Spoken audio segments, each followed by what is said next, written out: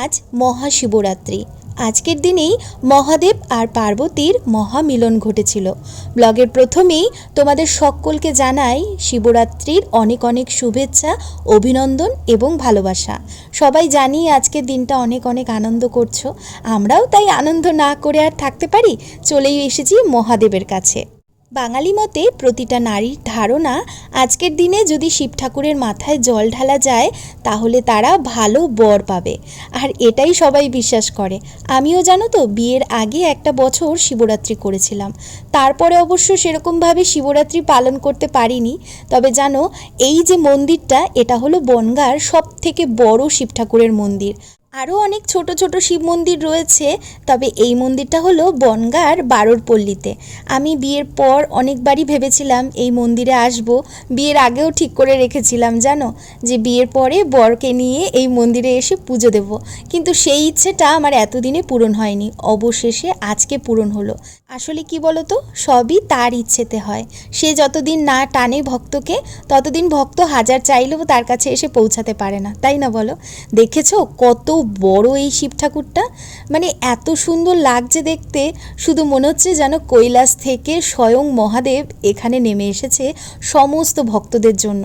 যদিও সারাটা বছরই এখানে এমনিভাবেই থাকেন তিনি।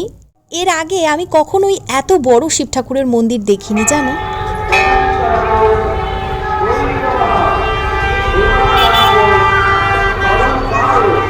বলা হয় অল্পতেই নাকি শিব সন্তুষ্ট, সত্যি তাই জানো।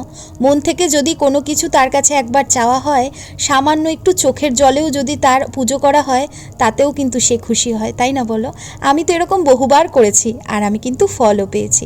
এখন এই যে বড়বাবুর সাথে মন্দিরের এই বাইরেটায় দাঁড়িয়ে তোমাদের সাথে একটুখানি সময় কাটাচ্ছি।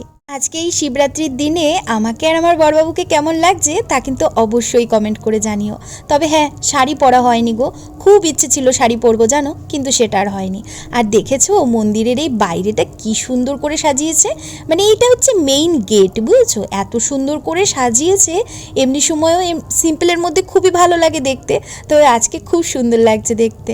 আর আমি তো মহাদেবকে দেখে চোখটা যেন সরাতেই পাচ্ছি না, যতবারই এখানে দাঁড়িয়ে রয়েছি শুধু মহাদেবের দিকেই আমার চোখটা চলে যাচ্ছে জানো। আমার কাছে ওনার ব্যাখ্যা জানতে চাও? কৈলাস রাজ সৃষ্টিকর্তা উনি, আমার কাছে উনি সব কিছু। যাই হোক, এবার তো ভেতরে প্রবেশ করতে পারলাম না, তবে ইচ্ছে আছে পরের বার অবশ্যই তোমাদেরকে নিয়ে আসব। দেখি বাকিটা ওনার ইচ্ছে। এই যেমন দেখো, আজকে ওনার সাথে দেখা করে রাস্তা থেকে চলেই যাচ্ছিলাম, হঠাৎ করেই প্রসাদটাও পাইয়ে দিল। আজকে এই যে প্রসাদটা খাচ্ছি, এটা কিন্তু ওনাদের বিয়ের খাওয়া, কারণ আজকের দিনে তো ওনাদের বিয়ে হয়েছিল।